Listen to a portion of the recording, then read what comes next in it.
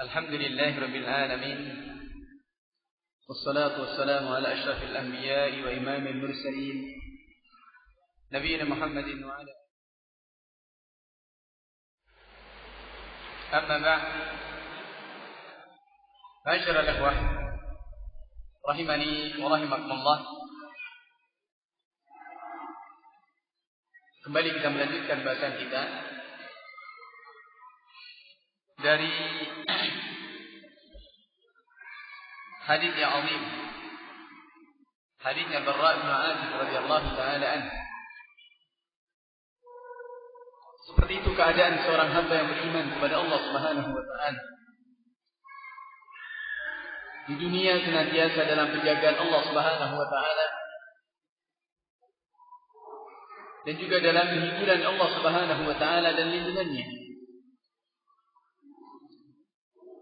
Dan ketika ajalnya pun juga dipanggil dengan panggilan-panggilan yang mulia,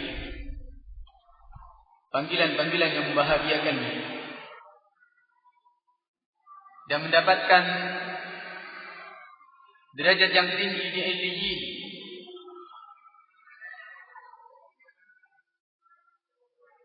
Setelah lulus dari ujiannya dalam fitnatul qabr, maka kemudian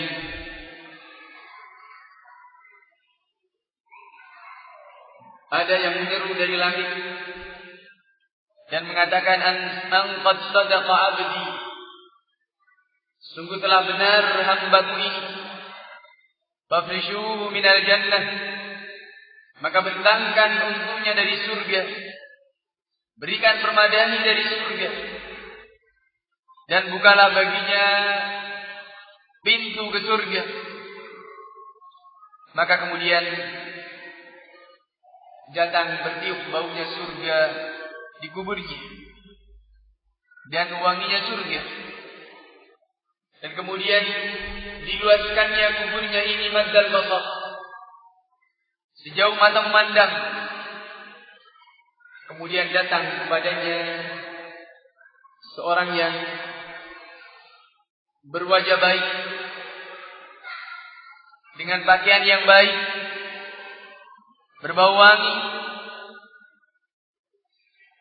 yang akan menemaninya dan menghiburnya dengan mengatakan abshir billadzi yasurruk, bergembiralah, berbahagialah dengan sesuatu yang menyenangkanmu. Ini adalah hatimu yang telah dijanjikan. Maka dia mengatakan, man anta? Siapa engkau? Wajahmu adalah wajah mendatangkan kebaikan. Maka orang ini pun mengatakan, aku adalah amalmu yang saleh. Maka kemudian hamba yang beriman ini mengatakan, Rabbi aqimis sa'ah, ya Allah, segerakanlah tiba hari kiamat. Rabbi aqimis sa'ah, sehingga aku bisa kembali kepada keluargaku dan kepada hartaku. Karena yakin bahwa apa yang akan didapatkannya di yaumil qiyamah itu lebih baik dari apa yang didapatkannya di alam barzakh ini. Maka mudah-mudahan ini menjadi ibrah bagi kita, agar senantiasa kita mempersiapkan diri kita menyambut kematian dengan amalan-amalan yang saleh yang akan menemani kita nanti di kuburan. Sebaliknya seorang hamba yang kafir, nas'alullah as-salam al-afiyah, tatkala dia berpisah dari dunia ini dan menyambut akhiratnya, maka turun para malaikat dengan wajah-wajah yang hitam, dan juga bersama mereka dibawa kain dari rambut. Kemudian mereka duduk darinya di sekelilingnya ini sejauh mata memandang. Dan datanglah malakul maut, malaikat pencabut nyawa, sampai kemudian duduk di sebelah kepalanya dan mengatakan, ya ayyatuhan nafsul khabithah, wahai jiwa yang kotor, keluarlah kepada murka Allah Subhanahu wa taala dan kemarahannya. Maka ruh itu pun mencar dalam seluruh tubuhnya, tidak mau keluar.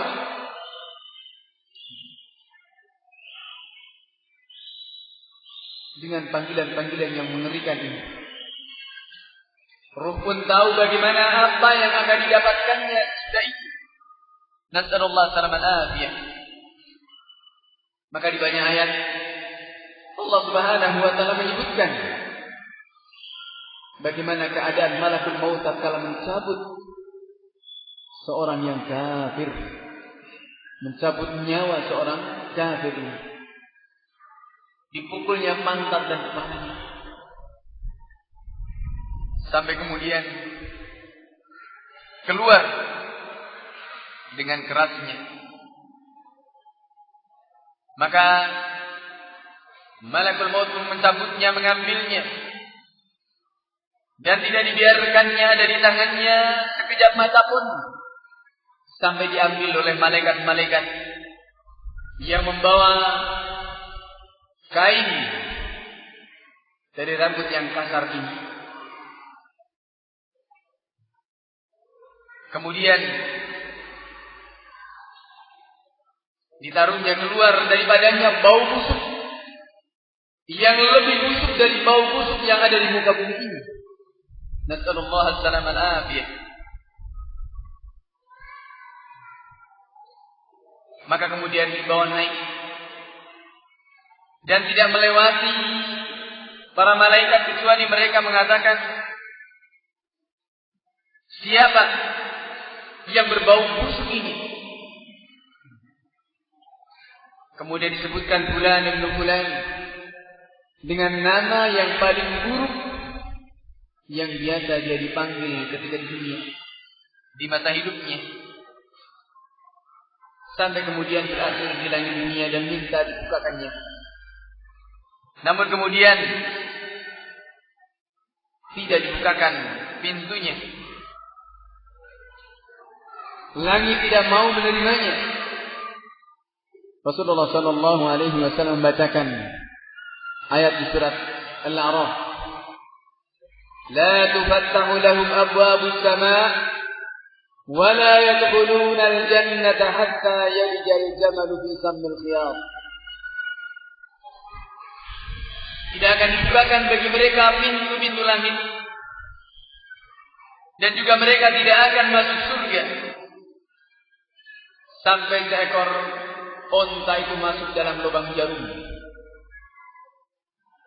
Sesuatu hal yang mustahil untuk kemudian mereka bisa mendapatkan dari rahmat Allah Subhanahu wa taala. Maka kemudian Allah Subhanahu wa taala berfirman, tulislah catatan dari hamba ini dalam sijil yang disebutkan di surat Al-Mutaffifin, di bumi yang paling bawah.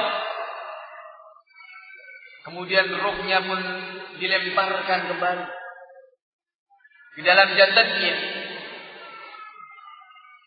Rasulullah SAW membacakan di surat Al-Hajj, satu ayat di surat Al-Hajj, wa man yushrik billahi faka'annama kharra minas sama' fatakhtafuhu at-tayr aw tahwi bihi ar-rih fi makanin sahih. Adapun orang-orang yang musyrik, yang menyekutukan Allah Subhanahu wa taala, faka'annama kharra minas sama', maka seakan-akan itu diterbangkan dari langit, kemudian disambar oleh burung,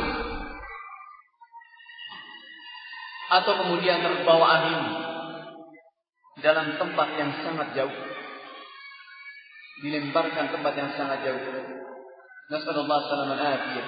Ini akibat orang-orang yang menyekutukan kepada Allah Subhanahu wa taala. Dan ini bahayanya orang-orang yang berbuat kesyirikan. Kemudian ruh itu pun dikembalikan kepada jasadnya. Datang kepadanya dua malaikat penanya dalam kubur ini. Dan ditanya, man rabbuk? Maka manusia yang kafir mengatakan, la adri. Aku tidak tahu. Ma dinuk? Jawabannya, la adri. Aku tidak tahu. Ma hadzal rajul alladhi bu'itha fiikum? Siapakah orang yang telah diutus kepada kalian? Kemudian dia pun mengatakan, la adri, dalam keadaan ketakutan. Fitnatul qabr. Nasallallahu alaihi wasallam. Kemudian jemaah belakang Allah Subhanahu wa taala dipanggilnya. Maka kemudian ada pemanggil dari langit mengatakan, "An-kadab." Orang ini telah berdusta. Fafrishuhu minan nar. Maka bentangkan untuknya dari api neraka. Waftahu lahu baban minan nar. Dan bukakan baginya satu pintu dari neraka. Sampai kemudian datang kepadanya dari panasnya api neraka. Nasallallahu alaihi wasallam. Datang kepadanya panasnya api neraka dan juga baunya serta racunnya neraka ini. Kemudian kuburnya pun disempitkannya, yang sudah demikian sempit itu. Lahan kemudian disempitkannya.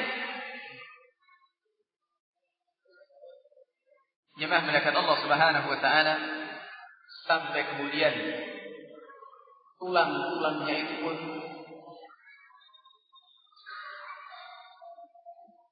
berpisah sampai nasallallahu alaihi wasallam.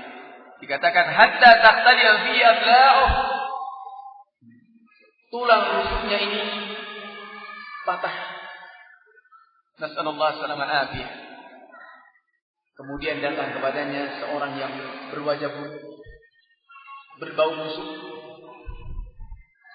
dengan pakaian yang buruk, mengatakan, "Abshir billadhi yasu'uh." Berita gembira dengan sesuatu yang menjadikan buruk untukmu. Maka ini sudah disiksa, tambah diomong seperti itu, ini tambah menyakitkan.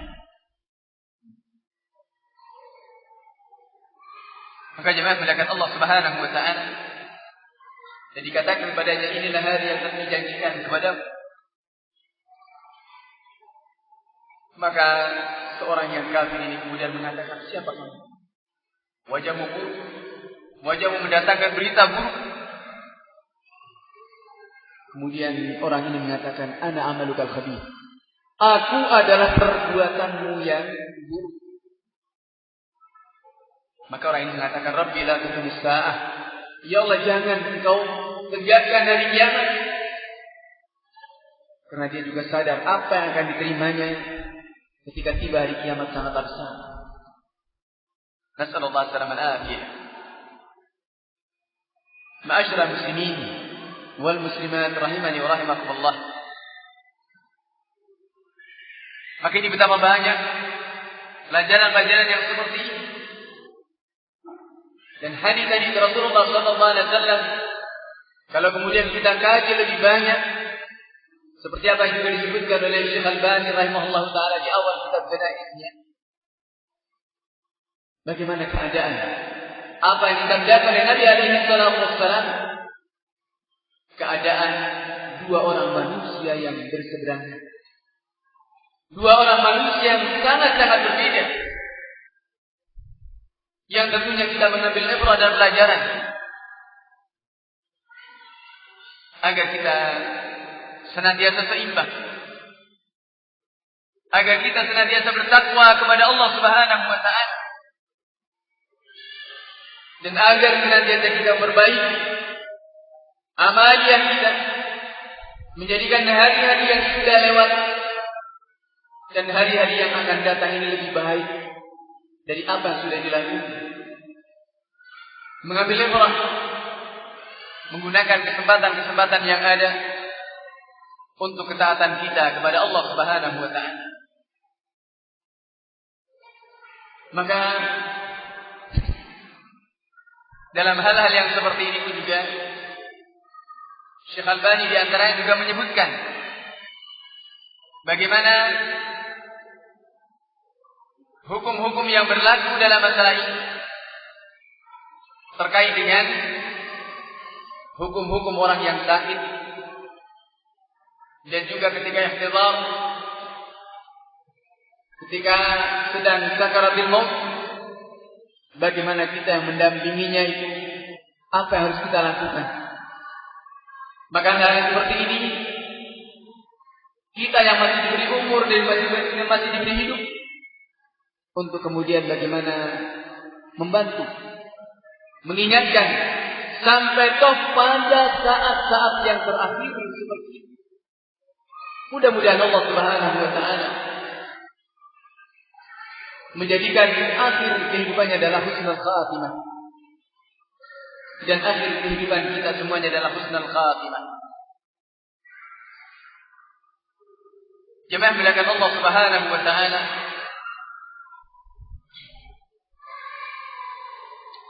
satu hal yang menjadi pelajaran bagi kita untuk kita senantiasa mengingat dengan yang namanya kematian, dan agar menjadikannya sebagai ibrah dan pelajaran, di mana para salafus ummah radhiyallahu taala anhum jami'an, mereka telah banyak memberikan wasiat kepada kita, dan juga hal itu dengan apa telah diwasiatkan kepada mereka dari Nabi mereka alaihi salatu wassalam, dan kemudian menjadikan kematian itu senantiasa ada di pelupuk matanya. Dan yang seperti itu kemudian menjadikan hidupnya senantiasa terkendali, dan menjadikan semakin baiknya perbuatannya dan semakin baiknya hatinya dalam menghadapkan dirinya kepada Allah Subhanahu wa taala.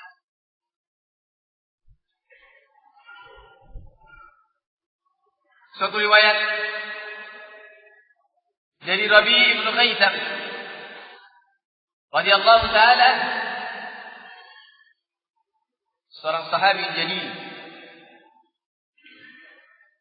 yang mengatakan, "Lau ghabala qalbi an dzikril maut sa'atan wahidah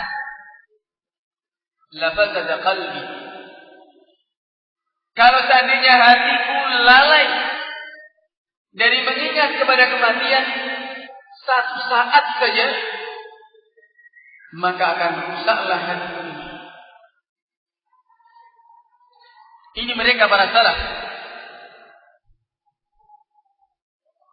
Karena ini merupakan hakikat yang tidak diragukan lagi,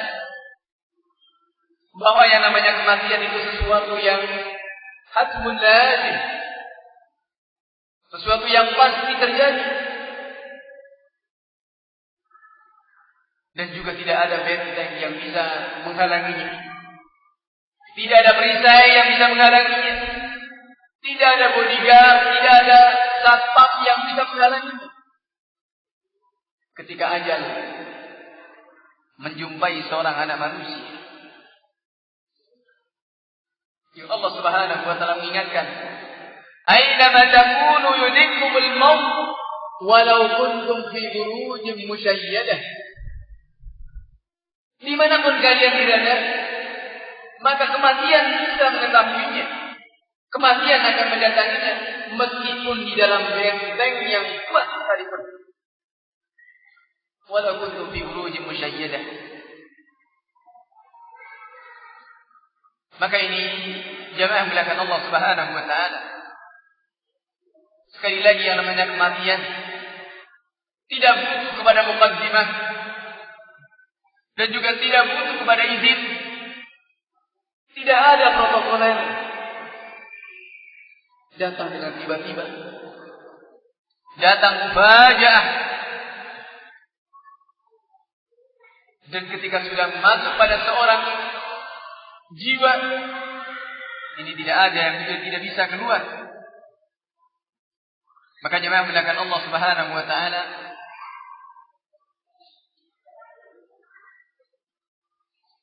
sekali lagi adalah pelajaran-pelajaran yang sangat besar. Bagaimana para salafus ummah kita lihat dalam mereka menyambut yang namanya kematian. Kalau Rasulullah sallallahu alaihi wasallam sebagaimana riwayat yang tadi sudah kita singgung, seperti itu keadaannya. Berat,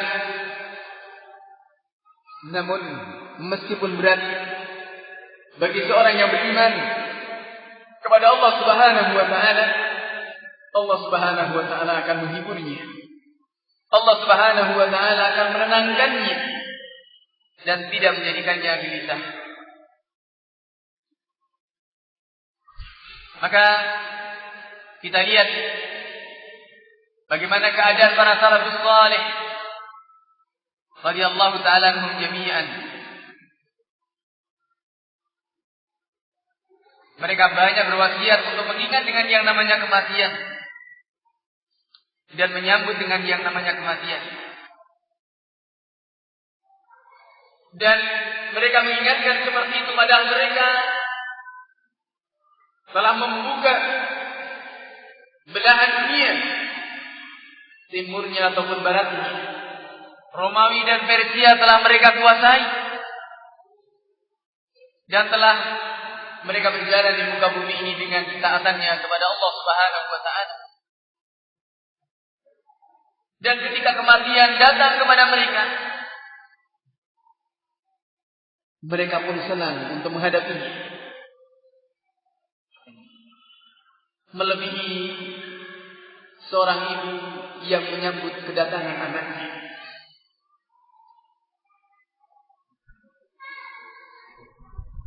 Maka ini kita lihat banyak riwayat dari para salafus ummah radhiyallahu ta'ala anhum jami'an yang tentunya menjadi keteladanan bagi kita bagaimana keadaan kehidupan mereka yang kemudian menjadikan akhir mereka adalah husnul khitam.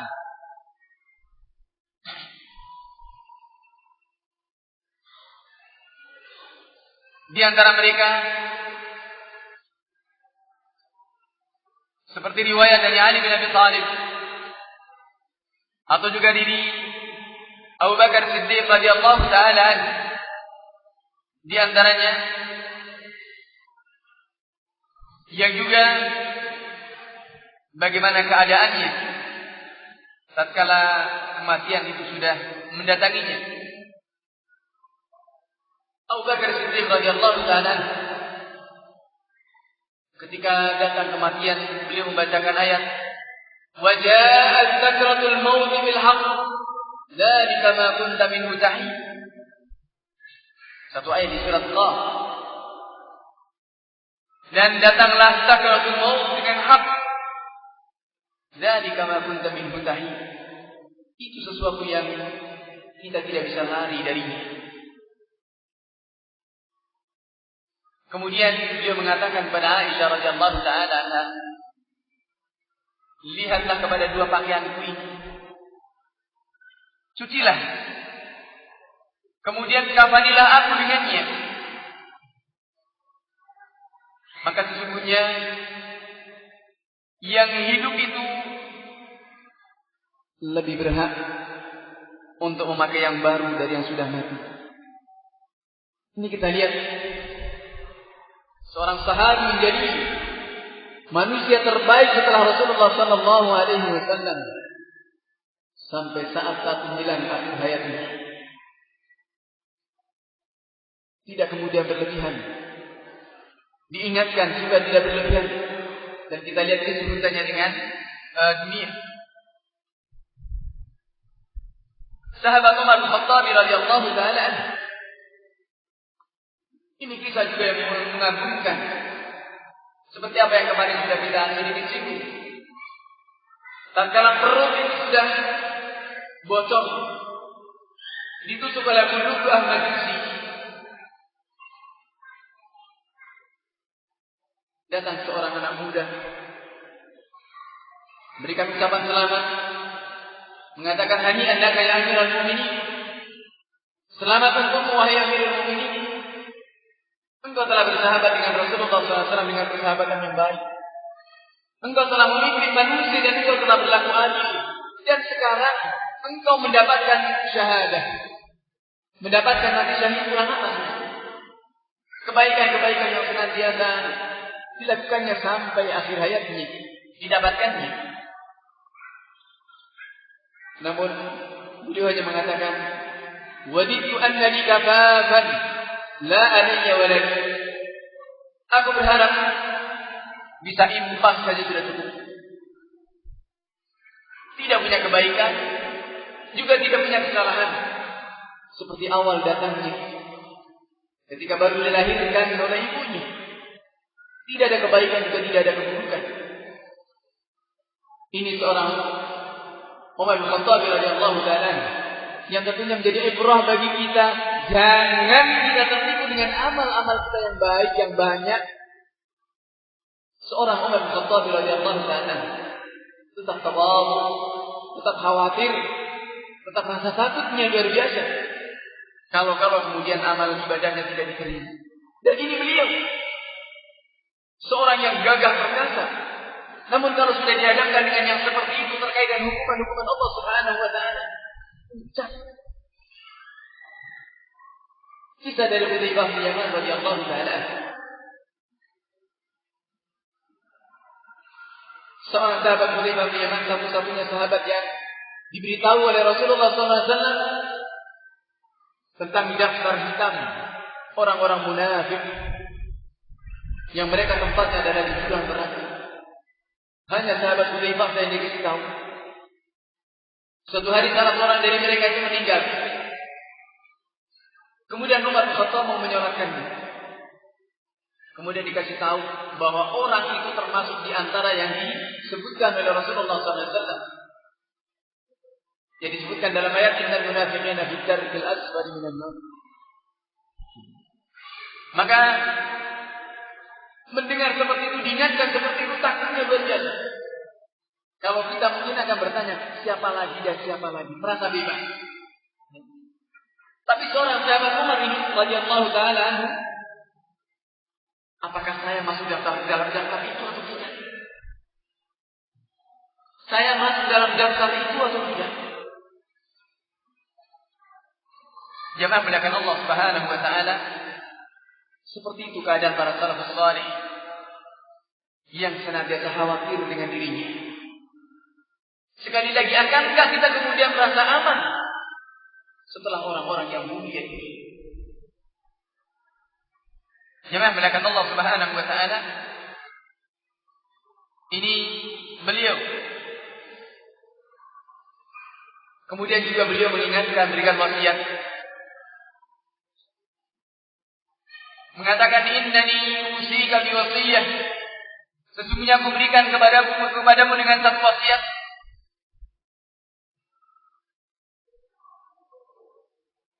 In adat qabilta anni, jika datang maka terimalah itu dariku. Beliau mengatakan inna Allah azza wa jalla, inna lillahi azza wa jalla haqqan bil lail la yaqbalu bin nahar. Sesungguhnya bagi Allah Subhanahu wa taala ada hak di malam hari yang tidak bisa diterima di siang hari. Wa inna lillahi haqqan bin nahar la yaqbaluhu bil lail. Dan sesungguhnya bagi Allah Subhanahu wa taala ada hak yang harus kita tunaikan, yang tidak di siang hari, yang itu tidak akan diterima di malam harinya. Wa innahu la yaqbalu an-nafilah hatta tuaddi al-fariidah. Sesungguhnya Allah Subhanahu wa taala tidak akan menerima amalan-amalan yang sunnah sampai kau tunaikan yang wajib. Wa innama nuqilat mawazin atau taqulat mawazin man taqulat mawazinuhu fil akhirah bittiba'i wal haqq fid dunya. Sesungguhnya akan berat orang-orang yang berat timbangannya nanti di yaumil qiyamah, di akhirat kelak, adalah dengan mereka mengikuti yang hak ketika di dunia ini. Dan itu yang akan memberatkan kepada mereka. Wa haqqun limizan yu'adil fihi al-haqq an yakuna thaqila. Dan haknya bagi timbangan itu nanti di yaumil qiyamah untuk memberatkannya. Mudah-mudahan kita termasuk yang berat timbangan amal kebaikannya. Sebaliknya, diringankannya timbangan orang-orang yang diringankan timbangannya di akhirat kelak adalah tatkala mereka mengikuti kepada yang batil dan menggampangkannya mereka tatkala di dunia. Maka tatkala mereka menggampangkan perkara-perkara seperti ini, mizan timbangan di akhirat nanti itu juga akan meringankan baginya dari amalan-amalan kebaikannya dan diberatkan amalan-amalan keburukannya. Nasallallahu alaihi wasallam. Wasiat yang indah. Bagaimana seharusnya kita menyambut kematian? Ittiba'ul haq, untuk kita mengikuti kepada kebenaran. Ini seorang Umar bin Khattab radhiyallahu taala. Kemudian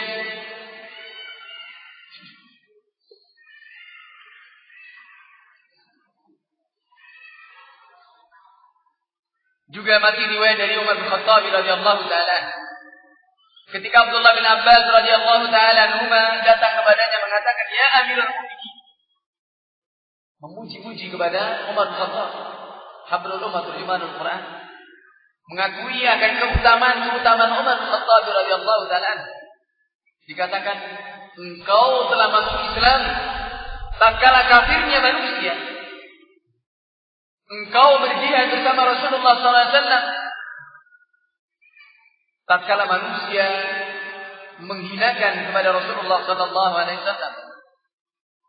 Dan engkau sekarang terbunuh dalam keadaan syahid.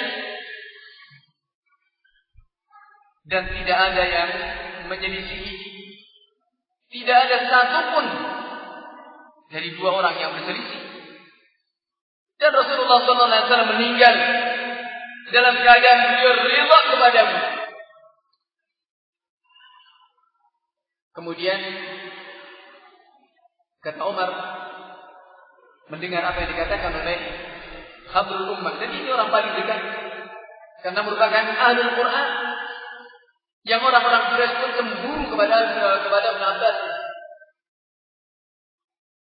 Karena ketika itu di majlisnya Umar bin Khattab ini adalah para penghafal Al-Quran, para ahlul Quran, ahlul hal wal aqd.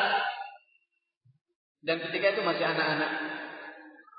Sebagian ada yang kemudian merasa kurang enak. Anak-anak kok duduk dengan orang-orang tua. Namun beliau ini adalah memang ahlul Quran. Tatkala kemudian mengujinya dengan dibacakan surat An-Nasr. Apa makna dari surat An-Nasr? Idza jaa nasrullah wal fath dan seterusnya. Kemudian para sahabat yang ada di situ menafsirkan berbagai tafsir begini dan seterusnya. Kemudian diarahkan menambah Ibn Abbas, dan Ibn Abbas mengatakan itu adalah tanda kematiannya Rasulullah SAW. Ajalnya sudah dekat. Bahwa itu ajalnya Rasulullah SAW sudah dekat. Dan itu dibenarkan oleh Umar bin Khattab radhiyallahu taala. Maka sisi yang lain kita lihat juga sahabat Ibn Abbas juga memahami akan keutamaan sahabat Umar ini. Mendengar perkataannya ini kemudian sahabat mengatakan, A'id maqalatak. Ulangi lagi apa yang kamu ucapkan itu. Maka diulanginya lagi. Kemudian beliau berikan nasihat. Al-maghfur katanya, man ghadartumuh. Orang yang tertipu adalah orang yang kau tipu dengan pujian-pujian itu. Ini kita lihat. Bukan kemudian bangga, senang.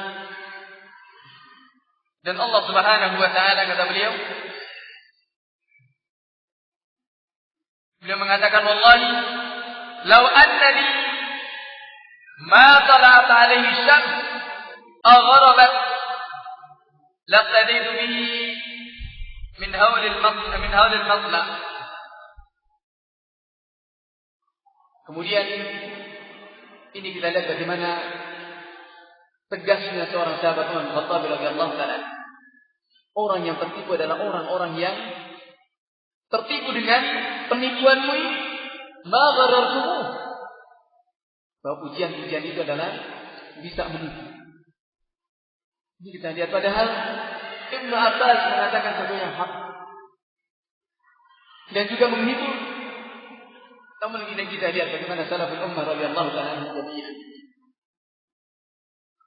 Dan itu juga satu riwayat dari Imam Ahmad radhiyallahu rahimahullahu taala. Saat-saat juga menjelang meninggalnya. Tatkala beliau berbaring, tiba-tiba kemudian menyingkap kainnya yang menutupi wajahnya dan mengatakan, "Laika ba'd, teriak. Belum. Anaknya Abdullah yang di sisinya kemudian setelah agak reda, tenang, mengatakan, "Ya Abadah, wahai ayahandaku, ada apa? Engkau mengatakan demikian." Kemudian Imam Ahmad rahimahullah ta'ala mengatakan, saya melihat iblis berdiri di ujung kakiku dan dia mengatakan, "Najauta minni." Engkau telah selamat dariku. Engkau telah selamat dariku. Maka saya katakan, belum bisa selamat dariku sampai nyawa itu lepas dari jasad ini. Ini kita lihat jamaah melakukan Allah Subhanahu wa taala betapa jelinya. Dan yang seperti ini tidak ada dari orang-orang yang berilmu. Jadi kalau kata-kata itu adalah kata-kata meninggi. Ketika dengan pujian kemudian hatinya menjadi tersanjung, kemudian ujub pun datang. Setan demikian pinternya masuk dan menggoda manusia, menggelincirkan manusia. Saat-saat yang terakhir seperti itu. Ini seorang Imam Ahmad rahimahullah. Bagaimana nahnu min haula? Bagaimana kita dengan dari mereka? Bagaimana keadaan kita dari mereka? Jemaah melakukan Allah Subhanahu wa taala.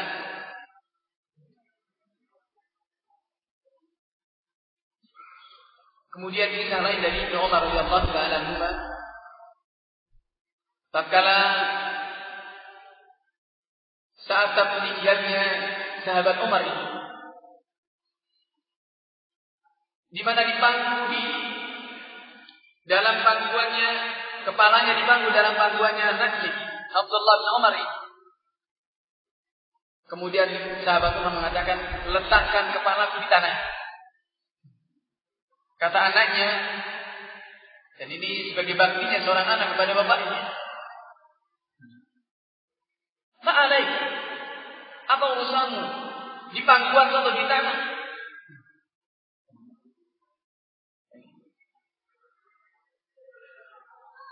Kemudian dihardiknya anaknya ini, "La umma lak." Tidak ada ibu untukmu. Kalimat hardikan. Letakkan kepalaku di tanah. Maka sahabat putranya pun meletakkan kepala sahabat Umar ini di tanah. Kemudian dikatakan, Waili thumma waili. Celaka dan kemudian celaka. Illam yarhamuni Rabbi. Jika Allah Subhanahu wa taala tidak berikan rahmat kepada saat-saat yang terakhir seperti ini. Maka jemaah melakukan Allah Subhanahu wa taala ini di antaranya seperti itu pula kisahnya Utsman bin Affan radhiyallahu taala saat menjelang ajalnya ketika dibunuh oleh orang-orang yang Abdullah bin Sabah Yahudi dalam muamarat, maka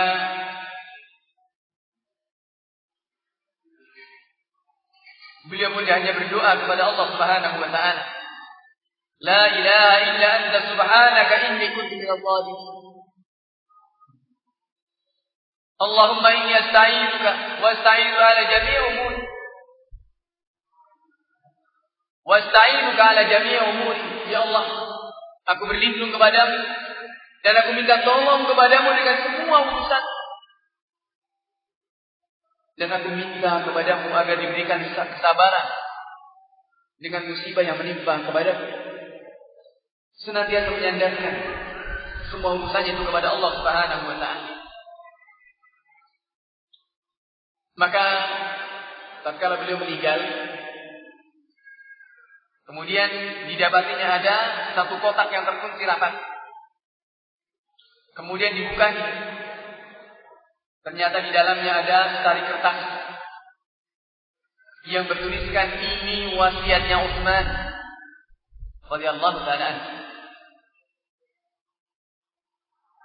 Dan mengatakan bismillahirrahmanirrahim. Utsman bin Affan yashhadu an la ilaha illallah wahdahu la syarika lah wa anna Muhammadan abduhu wa rasuluh.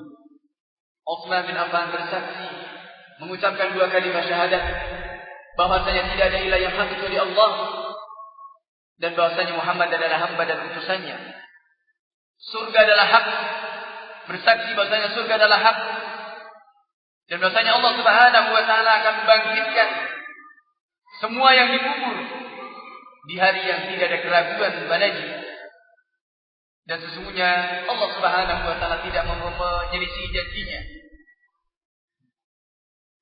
Kepadanya manusia hidup dan kepadanya kemudian mati dan kepadanya akan dibangkitkan kembali insyaallah. Ini wasiat beliau mengingatkan kepada kita.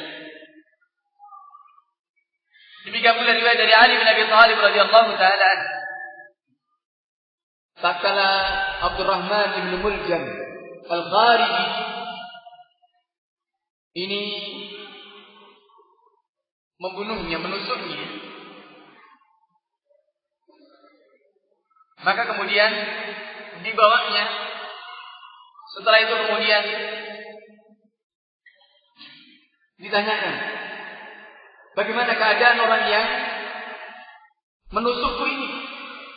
Sudah kami selesaikan. Sudah kami bawa, sudah kami ambil.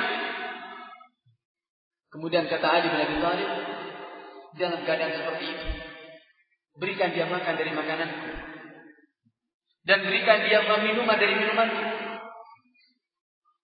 Ini kita lihat dalam kondisi seperti ini, seorang Majusi, seorang Khariji, seorang Khawarij. Maka jemaah dimuliakan Allah Subhanahu wa taala, seperti itu keadaan para salaful ummah radhiyallahu taala anhum jami'an. Dan kisah-kisah seperti ini sangatlah banyak yang tentunya menjadi pelajaran bagi kita. Baik itu dari orang-orang yang baik-baik ataupun juga orang yang sebaliknya. Bagaimana akhir kesudahan mereka. Abul Ma'al al-Juwayni, Imam al-Haramain rahimahullahu taala, yang dulunya adalah seorang ahli filsafat, ulamanya ahli filsafat, tokoh-tokohnya bersama dengan muridnya Razi dan yang lainnya, yang kemudian alhamdulillah Allah Subhanahu wa taala bukakan pintu hidayahnya. Disebutkan dalam syarah Aqidah Tahawiyah bagaimana keadaan akhir hayat. di mana beliau juga menyesali. Laqad tubtul ma'alim kullaha. Aku telah berkeliling mengarungi berbagai tempat-tempat ilmu katanya. Hanya kemudian belum mampir di ilmu sunnah. Semua yang dianggap ilmu sudah diarungi. Namun kemudian beliau menyesalinya, tidak mendapatkan kecuali hanya penyesalan. Tidak mendapatkan kecuali hanya menyibukkan. Tidak mendapatkannya kecuali hanya katanya dan katanya. Qila wa qal. Kemudian dia mengatakan, ha ana. Seandainya bukan karena rahmat Allah Subhanahu wa taala, ya wail kullal wail min al-juwayl. Celaka dan sangat celaka bagi Ibnu Juwayl. Ha ana da mitu ala ajari bin Isam. Inilah aku mati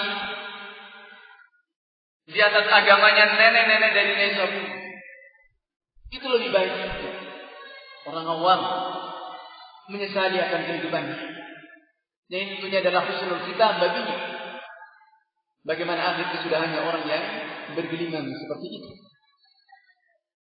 Dan ini ayat-ayat Allah Subhanahu wa taala ditampakkan kepada kita. Bagaimana Allah Subhanahu wa taala di dunia juga akan memuliakannya kepada orang-orang memuliakan kepada Allah Subhanahu wa taala. Sebagaimana Allah Subhanahu wa taala juga akan menghinakan di akhir hayatnya kepada orang-orang menghinakan kepada Allah Subhanahu wa taala.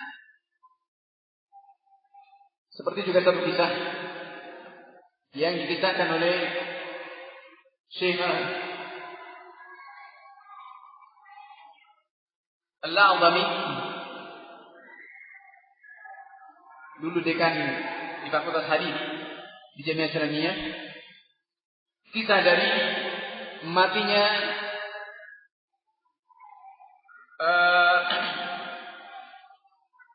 seorang yang merupakan anak buahnya orang yang didikan orientalis, Mahmud Abu Rayyah, yang tulisan-tulisannya menjadi rujukan orang-orang jili di Indonesia ini. Demikian pula tulisan murid-muridnya.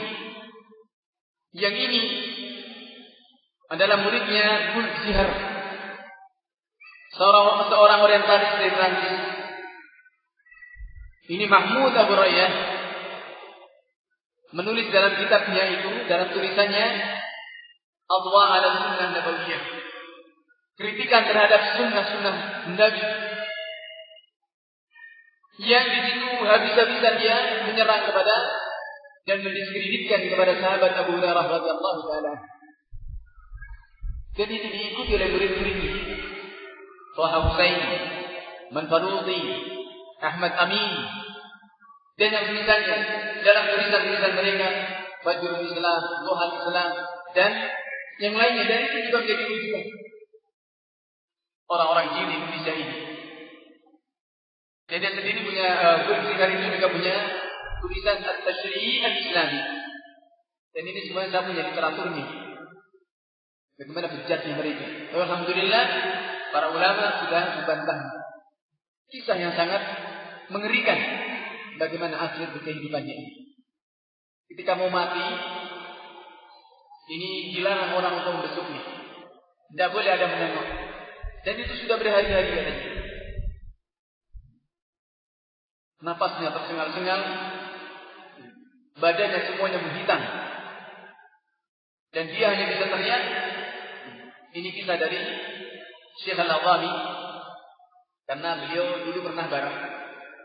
Maka waktu itu ingin menengoknya. Kemudian disampaikan begini-begini, kalau dulu pernah ini, kalau akhirnya diizinkan untuk masuk melihatnya. Kemudian dilihatnya dan keadaan seperti ini. Napasnya tersengal-sengal. Kemudian yang keluar dari mulutnya itu mengatakan, Abu Hurairah, Abu Hurairah. Hanya Abu Hurairah.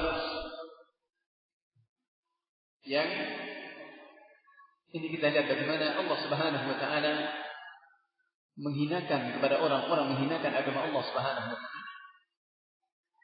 Maka jemaah melakukan Allah Subhanahu wa taala ini adalah merupakan ibrah dan pelajaran. Sebagaimana kata Imam Ahmad rahimahullahu taala mengatakan, bainana wa bainahumul janaiz. Perbedaan kita dengan mereka adalah bagaimana nanti di akhir zaman. Maka di jemaah melakukan Allah Subhanahu wa taala, dengan ini semuanya kita berharap untuk benar-benar kita mengambil ibrah dan pelajaran dengan semakin semangat untuk kita menjadikan sisa umur yang Allah Subhanahu wa taala berikan kepada kita lebih berkah, memberikan manfaat kepada manusia, menebarkan kebaikan. Khairun nasi anfa'uhum linnas. Sebaik-baik manusia adalah yang paling baik dan memberikan, yang paling bisa memberikan manfaat kepada manusia. Maka bagaimana kemudian kita lebih bisa memberikan manfaat kepada manusia, menjadikan sisa hidup yang Allah Subhanahu wa taala berikan kepada kita ini lebih berbobot, lebih barokah. Jemaah melakukan Allah Subhanahu wa taala, ini barangkali yang kita bahas pada kesempatan siang hari ini. Mudah-mudahan Allah Subhanahu wa taala membuka pintu hati kita menyambut bulan suci Ramadan dengan hati yang penuh dengan ketundukan, dengan hati yang menghadap kepada Allah Subhanahu wa taala. Mudah-mudahan Allah Subhanahu wa taala memberikan taufik dan bimbingan kepada kita untuk kita bisa mengenal kepada Allah Subhanahu wa taala dengan pengenalan yang menjadikan kita tunduk kepadanya, bisa menyerahkan segala urusan kita kepadanya, mengenal Rasulnya alaihi salatu wassalam dengan pengenalan yang menjadikan kita Rasulullah sallallahu alaihi wasallam sebagai satu-satunya menjadi panutan kita. Demikian pula mengenal agama Islam dengan dalil-dalilnya, bukan sekedar hanya mengikuti seperti apa yang dilakukan oleh kebanyakan manusia, tapi lebih dari itu adalah dengan kita mengikuti dalil apa telah digariskan oleh Allah dan Rasulnya alaihi salatu wassalam.